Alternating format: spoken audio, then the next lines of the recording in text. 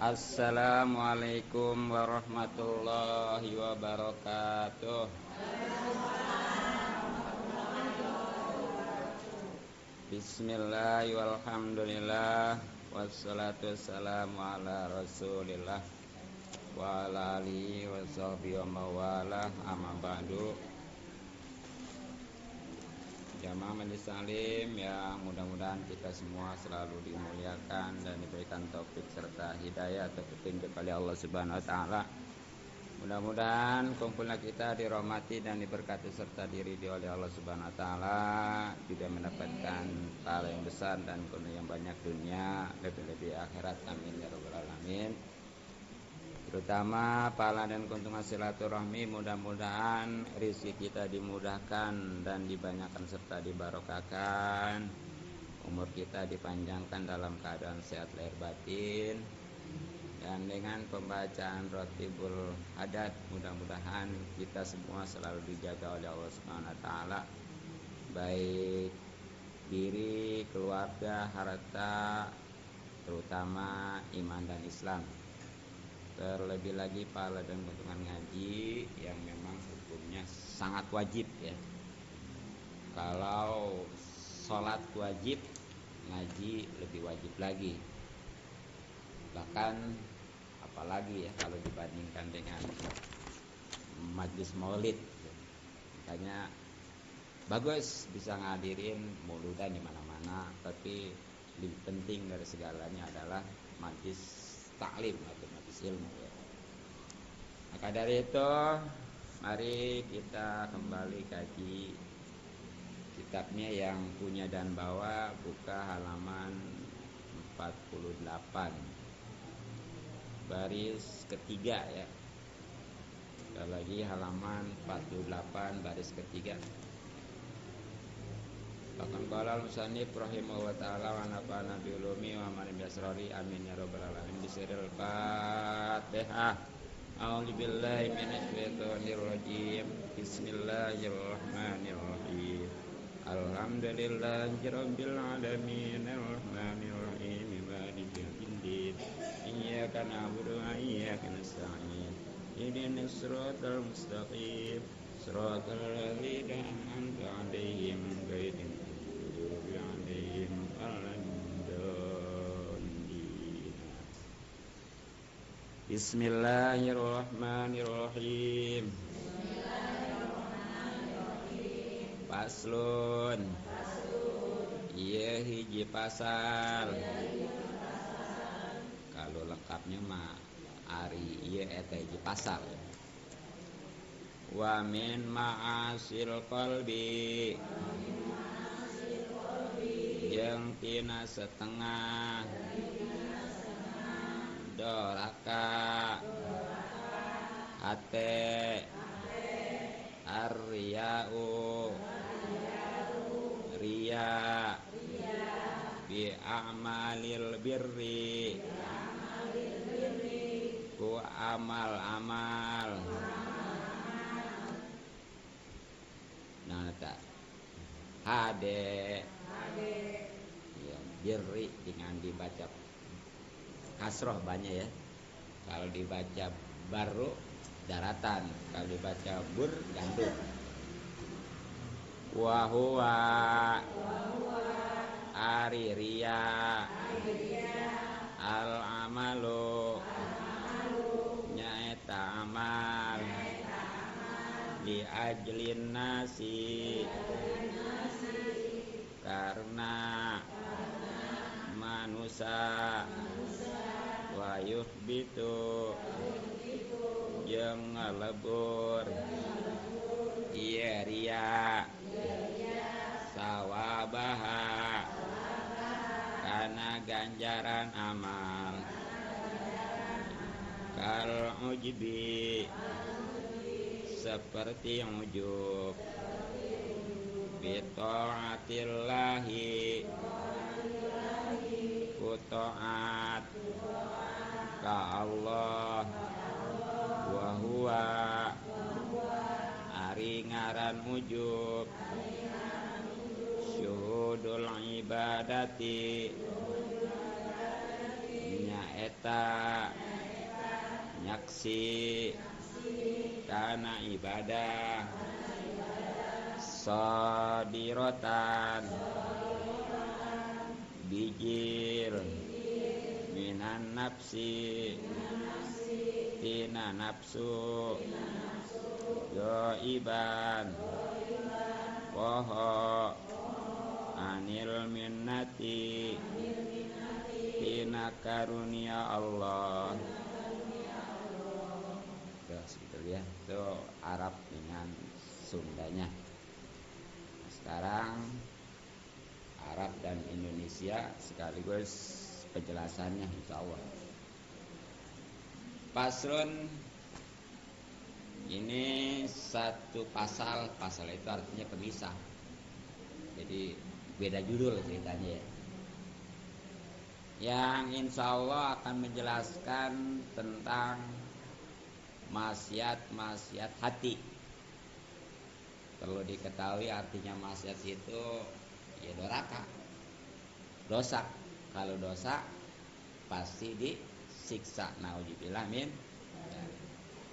Tapi ini hubungan dengan hati ya. Jadi nanti kebagi-bagi nih. Di kitab ini ada maksiat hati, ada maksiat badan, ada maksiat mata gitu.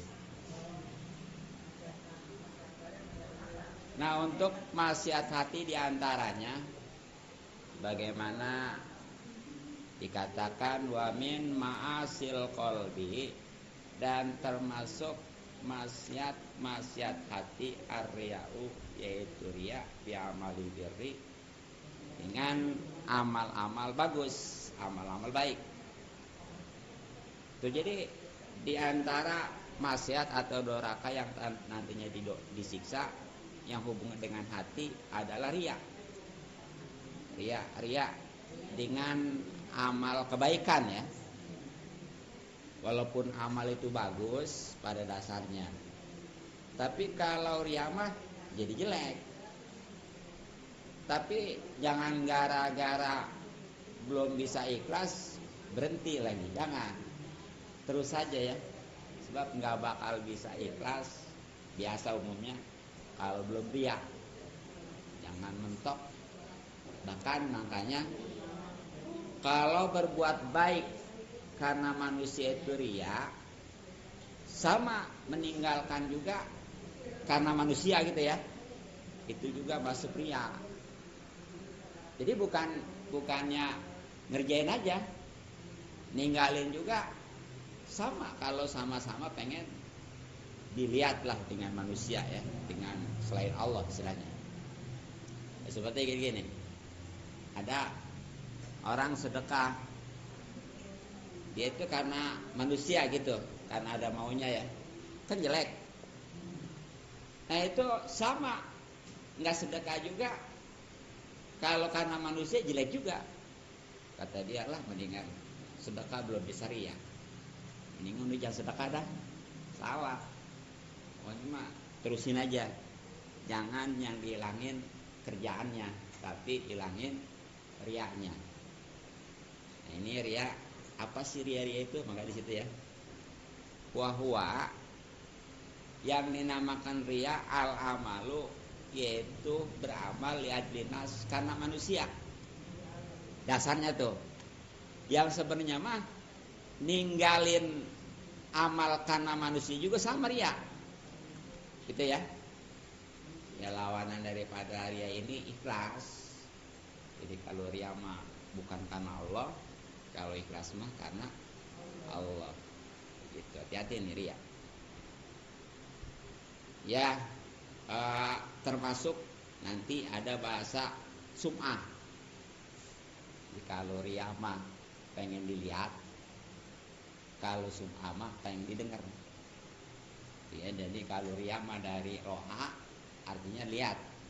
Kalau sum'ah mah dari sami'a, didengar. Jadi intinya mah kalau riya mah pengen dilihat tuh ya, kalau sum'ah mah pengen didengar.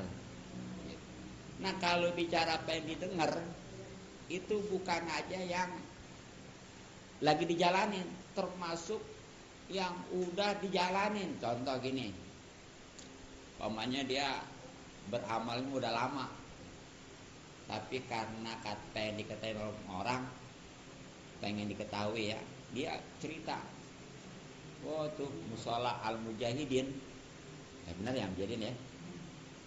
Kalau nggak ada saya mah itu belum tentu jadi kayak begitu. Padahal mah udah dulu gitu ya. Sama itu juga ria, itu juga sama ya, sum'ah itu. Iya. Nah ini hati-hati ya. Makanya yang namanya ikhlas mah bukannya mau beramal, ketika beramal bahkan seudah beramal juga harus jaga.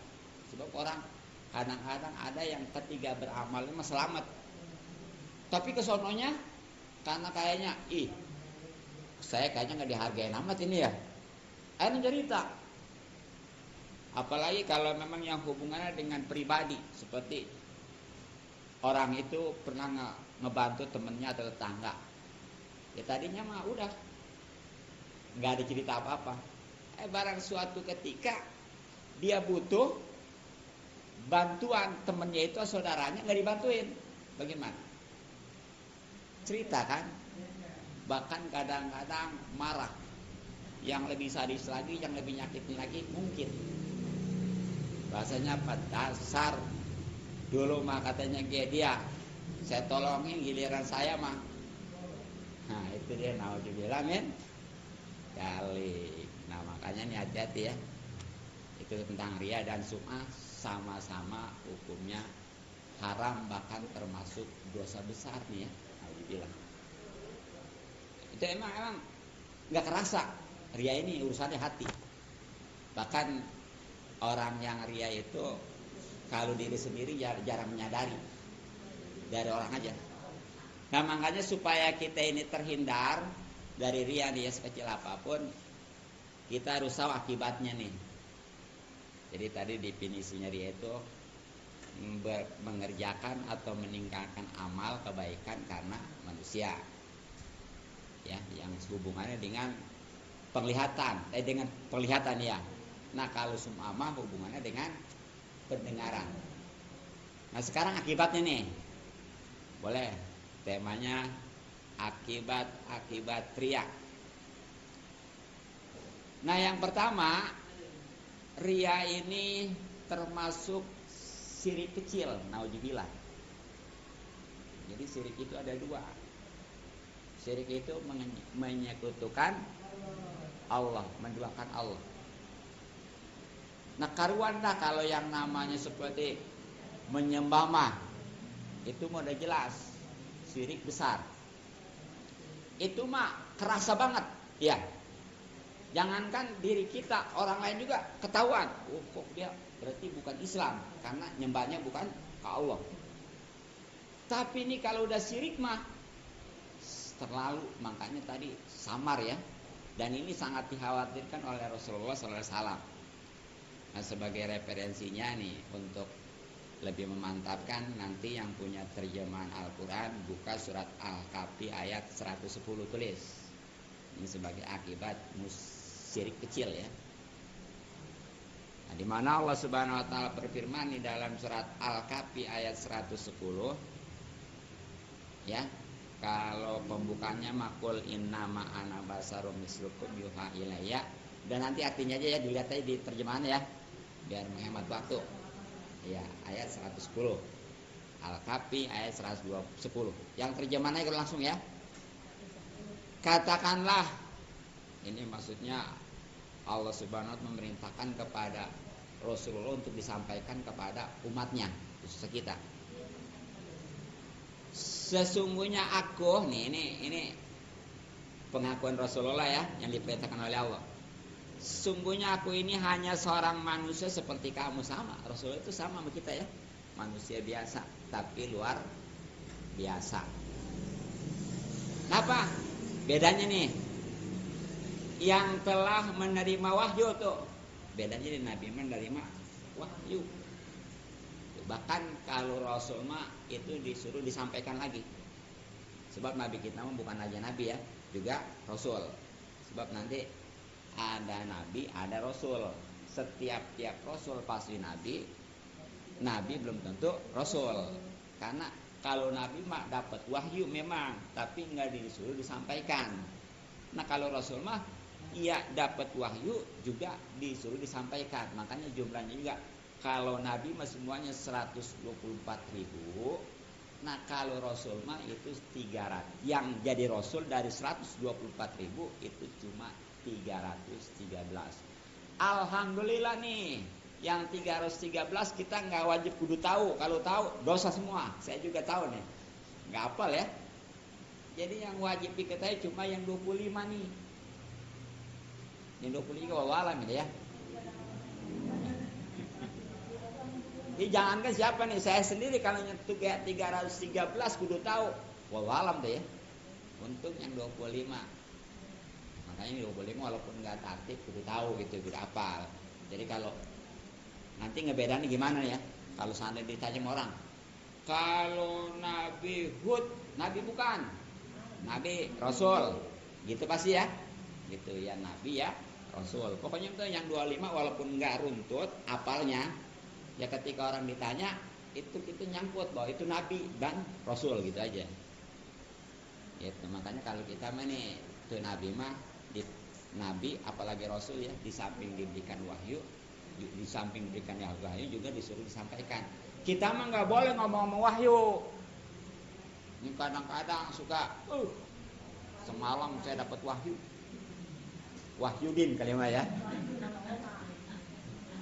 Iya. Sama tuh seperti mujizat nih kadang-kadang ya.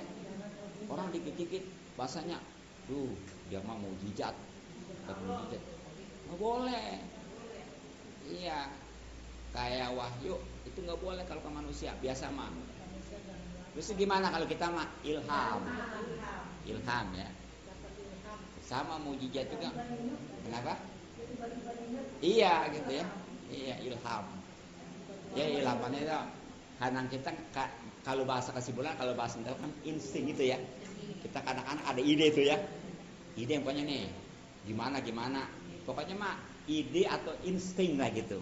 Itu namanya ilham. Ini bukannya wahyu. Sama tuh tadi, kalau ada orang yang aneh-aneh, sakti bahasanya gitu ya, itu jangan ngomong mujizat. Iya, kenapa? Atau mimpi bisa, iya bisa juga. Ya sebab wahyu juga sama, ada juga yang melalui mimpi. Wahyu juga sama ada ya. Tapi sekali lagi tadi harus dibedain. Kalau wahyu mah khusus kepada para nabi dan rasul. Kalau kita mah ilham. Gitu ya. Jadi gitu. Nah, kata Allah disuruh disampaikan nih kepada umatnya Rasulullah ya, bahwa sesungguhnya Tuhan kamu adalah Tuhan yang Maha Esa nih. Ini ketika ngomong Tuhan ya Allah ya, jangan ngomong Tuhan yang satu, nggak boleh. Apalagi yang di atas mah. Kadang-kadang bagaimana yang di atas saja, ya nggak boleh. Itu bisa murtad itu ya, bisa keluar dari Islam nggak kerasa itu. Naudzubillah. Ya kan kadang-kadang suka gitu. Orang nggak benar tujuannya mah ya. Lah, bagaimana kata yang di atas saja. Maksud ke Allah gitu ya. Itu murtad itu. Nah, eta maksudnya ke Allah. Ke Allah gitu. Ya gitu. Gimana? Atau murtad Bu. Gimana ya, Pak ya? Ini kadang-kadang sering saya dengar ini tadi. Bahasa mujizat, bahasa wahyu itu ya di kalangan masyarakat nih. Bahkan itu barusan itu tadi. Gitu ya. Bagaimana yang di atas saja. Boleh keajaiban boleh ya, keajaiban boleh ya. Keajaiban boleh. Atau kalau lebih ininya mah katakanlah maunah gitu, pertolongan gitu ya. Gitu. Pokoknya ada seorang wali nih, apalagi seorang wali bisa juga karomah. Cuma kan kalau wali kita nggak tahu ya siapa dia itu wali bukannya ya. Taruhlah kalau memang dia orang solehin, kemudian hebat gitulah. Nah itu jangan ngomong istilahnya karomah, apalagi mujizat gitu. Udah cukup Tadi bahasanya apa? Maunah pertolongan ya gitu aja. Jadi itu nggak boleh tuh ngomong Allah itu satu juga nggak boleh.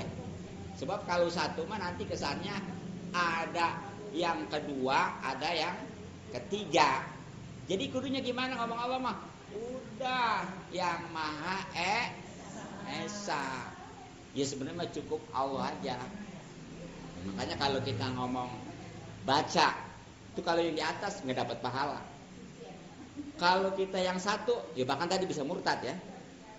Kalau kita nyebutnya umpamanya yang satu juga nggak boleh dan nggak ada pahalanya ya. Lagi ngomong Tuhan aja nggak dapat pahala. Jadi iya umum yang disembah. Makanya kalau pengen dapat pahala nyebutnya Allah. Berapa susahnya sih nyebut Allah ya? Pokoknya saya bagaimana Allah aja gitu, jangan bagaimana yang di atas saja gitu, jangan. Iya, makanya kudu dibahas ini ya. Okay.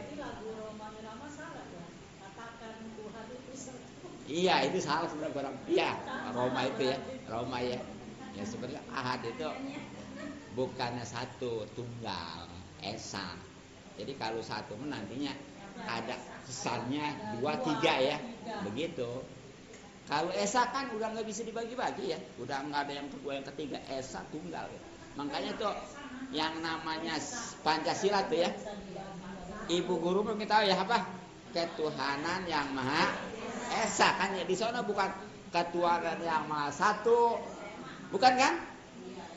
Esa. Ustaz, saya mau nanya, kemarin kan ada tamu ya? Iya. Asal, yang sholat, kenapa rapi ceritanya nggak dapat nanti ramu. Tapi dia begini sembahyang Ustaz. Apa sih itu? Kata dia sholat, kata dia. Biasa dia mengena. Oh, pakai mekena. Tapi wudu dulu nggak? Wudu dulu nggak? Wudu. Tapi nggak sujud nggak ruku.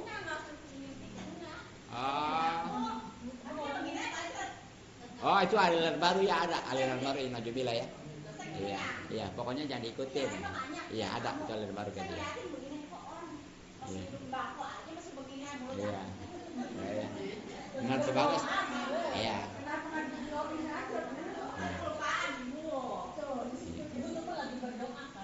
Iya. Udah sholat, lagi sholat. Ya emang ada aliran baru begitu, sholat cuma begini doang gitu. Ada. Ya, sesat itu. Iya.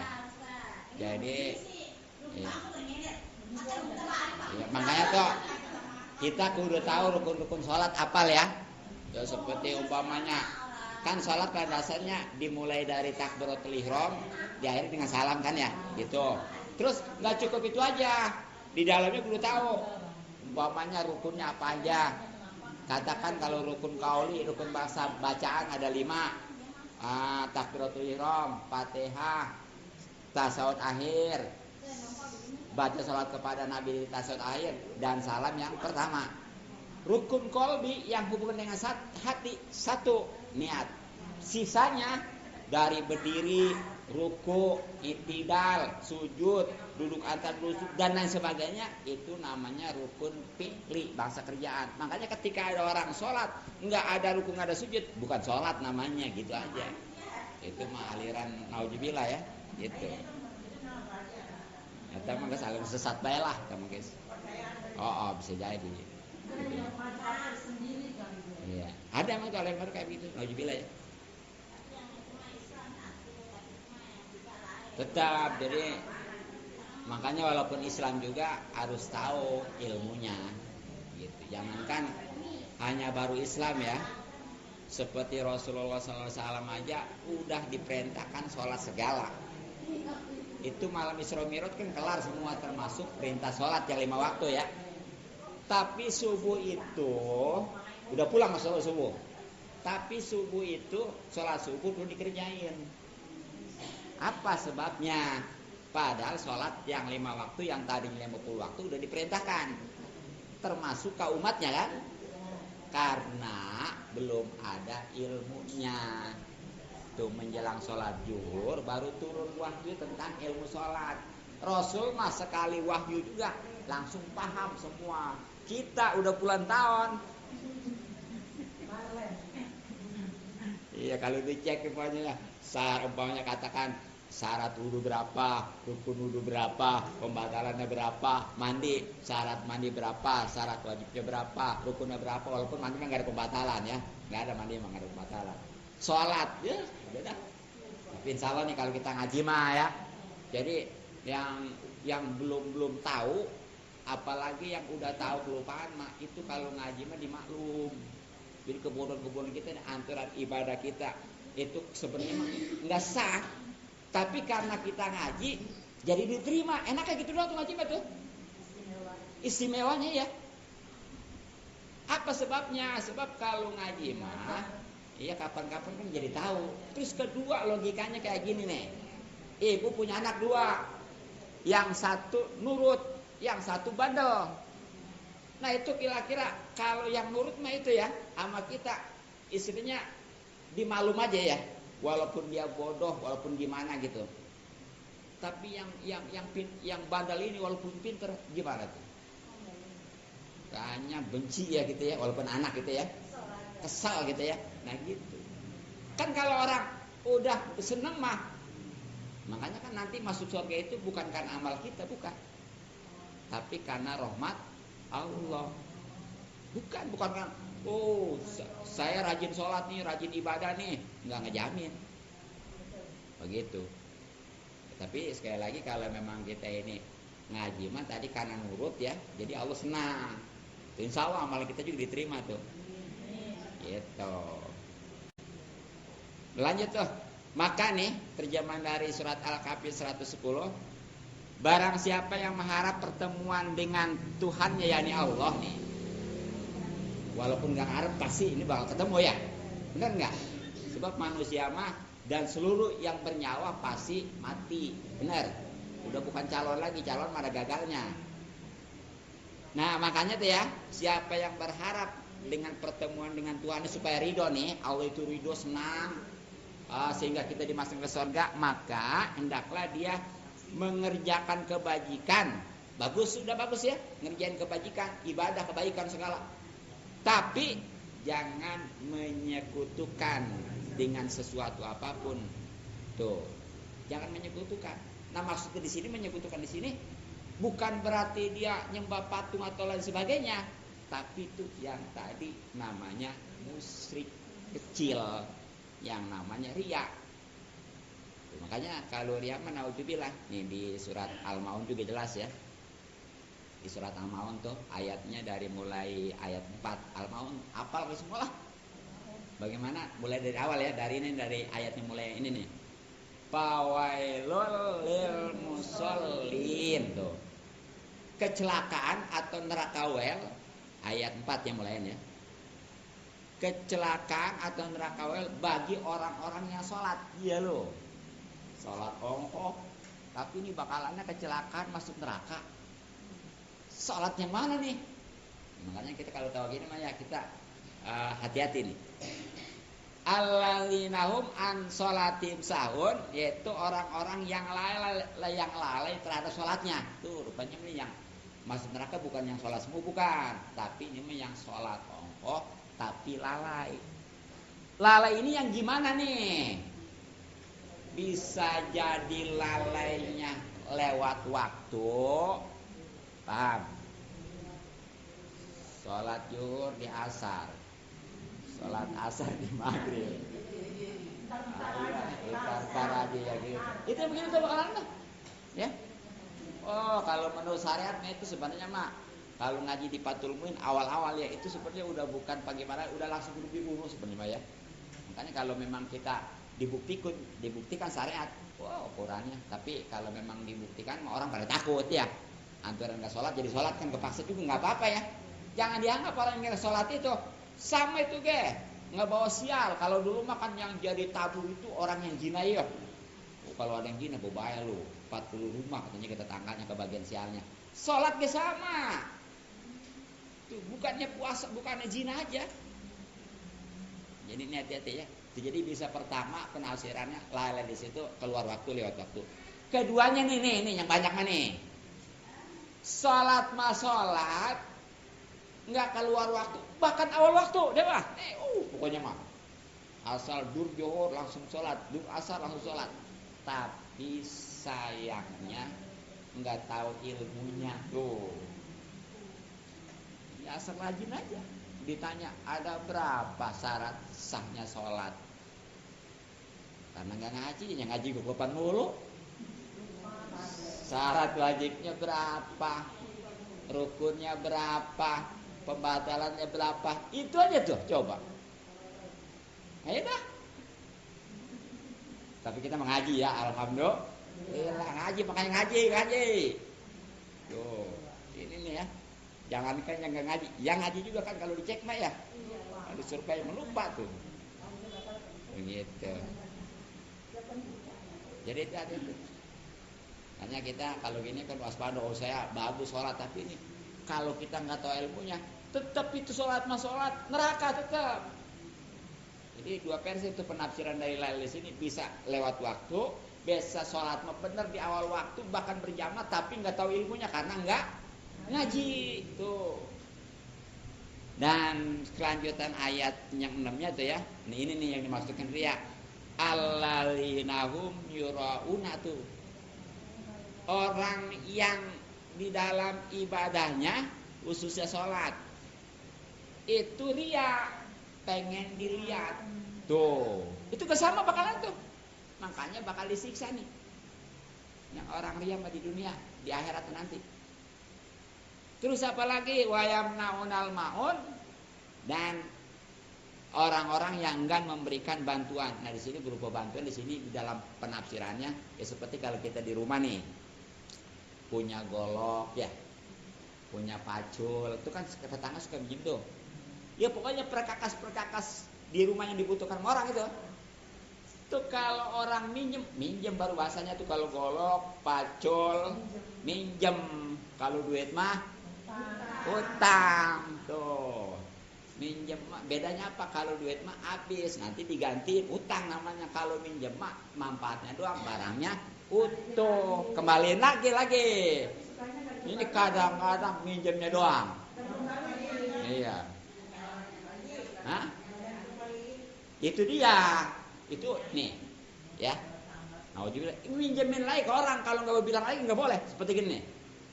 Katakan si A punya golok ya. Kemudian si B minjem. Nah, belum dipulangin ke si A, karena si C minjem diperlu dipinjemin lagi. Nggak boleh. Nggak tahu ya, kecuali kalau bilang ya. Kalau pinjam airnya, ngelacak susah. Ini golok ada di mana ini gitu ya? Iya, itu yang sering terjadi. Ya tetangga itu nggak mau minjemin kayak begitu tuh ya gitu ya. Iya. Kayak utang juga nih kadang-kadang. Zaman sekarang mah nih. Kan kalau dulu orang-orang kaya yang dermawan ya, tetangganya butuh, perlu diutangin. Tetangga juga bener ngebayarnya lagi. Bener nggak ya? Disiplin waktunya. Nah kalau sekarang kan kadang-kadang ada utangnya doang, bayarnya kagak. Akhirnya orang kayanya nggak mau ngutangin, ada ngutangin tapi pakai bunga. Tuh di situ kacaunya jadinya. Orang-orang dulu mah mau ngutangin mau apa, bukan ngarepin bunga, bukan ngarepin lebihan, tapi pahala. Tuh ya. Begitu. Makanya hati-hati. Jadi jangan pelit-pelit, tapi ketika kita minjem punya orang harus itu benar-benar amanah ya. Jangan disalahgunakan ini. Kita nih umpamanya nih nggak ada orangnya. Katakan kalau yang di luar seperti pacul ya. Perlu jasa. Orangnya nggak ada. Ada pacul tuh, diambil aja, nggak boleh tuh. Itu namanya gasap. Sama nih ibu kan terpulang nih, salah pakai sendal ya. Pergi ngaji, pergi sholat, bawa sendal jelek. Pulangnya bagus. Iya kata gitu ya. Ya katanya benar, ambil yang bagus, tinggalkan yang jelek gitu ya. Benar, tapi salah terap itu Pak. Nih, selama dia pakai sendal itu dosanya itu dosa. Setiap dipakai ibadahnya nggak ada pahalanya. Dan itu belum hilang keharamannya dosanya kalau belum dianterin ke tempat dia makainya. Coba, nggak bisa. Karena nih tahu nih punya si Anu ya, dianterin ke rumahnya nggak bisa, kudu ke sini juga. Coba deh ya, itu pun ya orangnya kudu nggak ada, coba lebih repot lagi ya. Jadi itu namanya gasap. Tetap aja, selama dia make ngemanfaatin, kalau nggak diketahui orang yang pemiliknya, ya dan nggak diketahui izinnya, itu tetap dosa hukumnya selama make itu.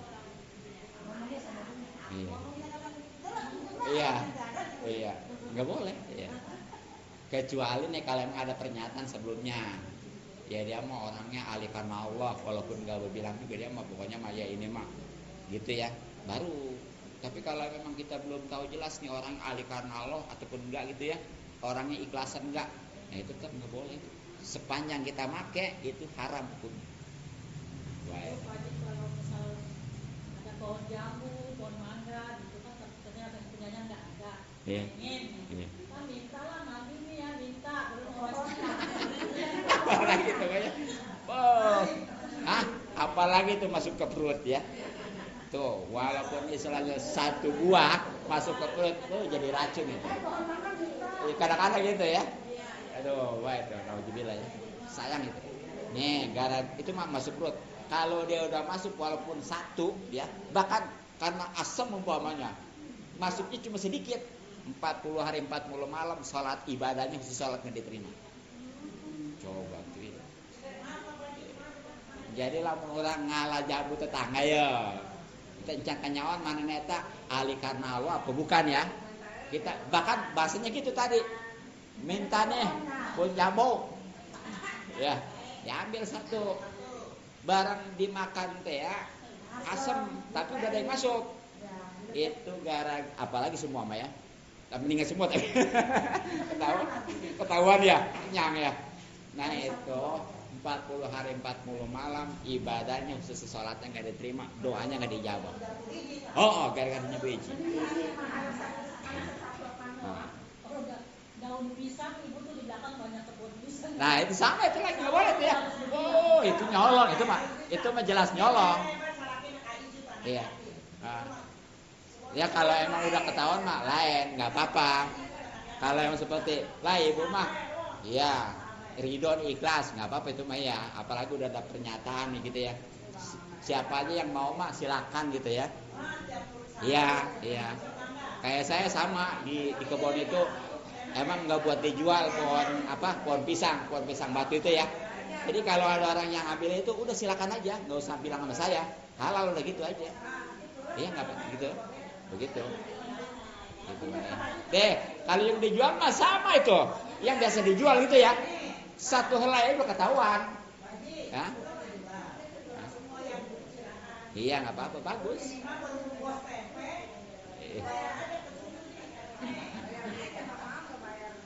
Iya.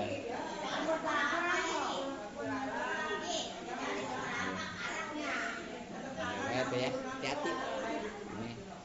Ya di dalam kehidupan ini kita kalau nggak tahu ilmunya mah kita ya ibadah kita belum tentu diterima ya. Yang ada dosa mulu itu. Pikir-pikir mah tuh. Kalau ngaji mah gini kan kita jadi menyadari gitu ya. Dianggap selama ini udah pede aja udah.